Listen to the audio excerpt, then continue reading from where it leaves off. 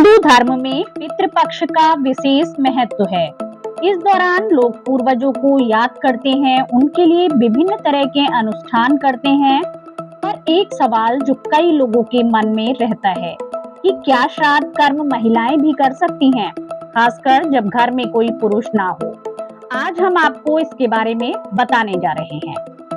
शास्त्रों में इसके लिए कुछ नियम बताए गए हैं। गरुड़ पुराण के अनुसार विशेष परिस्थितियों में भी महिलाओं को शास्त्रों के अनुसार श्राद्ध कर्म करने का अधिकार होता है, जिससे वे पितरों की तृप्ति और मुक्ति सुनिश्चित कर सकती हैं। कुल में पति या पिता या कोई पुरुष सदस्य ना हो, पुरुष हो लेकिन वह श्राद्ध कर्म करने की स्थिति में ना हो, अर्थात वह गंभीर रूप से अस्वस्थ हो, विदेश में हो, उसकी मानसिक स्थिति ठीक ना हो या कुपात्र हो।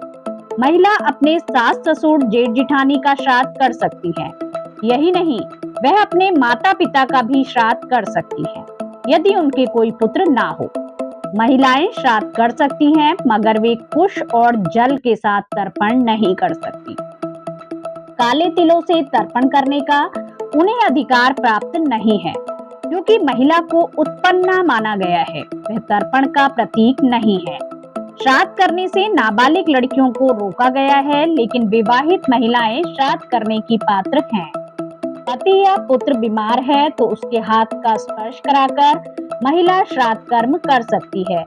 यदि जातक के वंश में कोई श्राद्ध करने वाला ना हो, कुपुत्र हो, उसे लगे उसका श्राद्ध कर्म कोई नहीं करेगा, तो वह जीते जी अपना और पूर्वजों का श्राद्ध कर सकता है। लेकिन यदि कोई गोत्र में पुरुष सदस्य है, वह इसे करने का उत्तराधिकारी नहीं है। इस व्यवस्था को दुरूह बनाया गया है। शास्त्रों में यह भी कहा गया है कि पितरों के परिवार में ज्येष्ठ या कनिष्ठ पुत्र अथवा पुत्री ना हो तो नाती, भतीजा, भांजा या शिष्य तिलांजलि और पिंडदान करने के पात्र होते हैं। अगर इनमें से कोई भी है तो व्यक्ति को अपना श्राद्ध कर्म स्वयं नहीं करना चाहिए।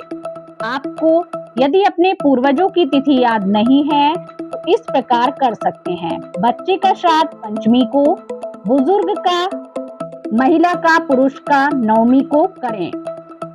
यदि यह भी नहीं कर पाते तो सभी पितरों का स्मरण कर सर्वपित्र अमावस्या के दिन श्राद्ध करने से सभी पितरों को भोज मिल जाता है। वैसे श्राद्ध कर्म को लेकर विभिन्न शास्त्रों का अलग अलग मत भी है, इसलिए बेहतर होगा कि आप जिस क्षेत्र में जहां रहते हैं, जहां से संबंध रखते हो, वहां से संबंधित किसी ज्ञानी से श्राद्ध की जानकारी अवश्य ले लें।